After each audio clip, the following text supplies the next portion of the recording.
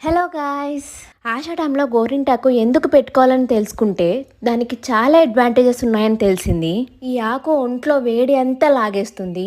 ఇంకా పూర్వకాలంలో ఆడవాళ్ళు ఎక్కువగా పొలం పనులు చేసేవాళ్ళు కదా, వాళ్ళకి చేతి గోలకున్న మురికి ఇంకా ఏమైనా ఇన్ఫెక్షన్స్ ఉంటే ఇది చాలా బాగా క్యూర్ చేస్తుంది.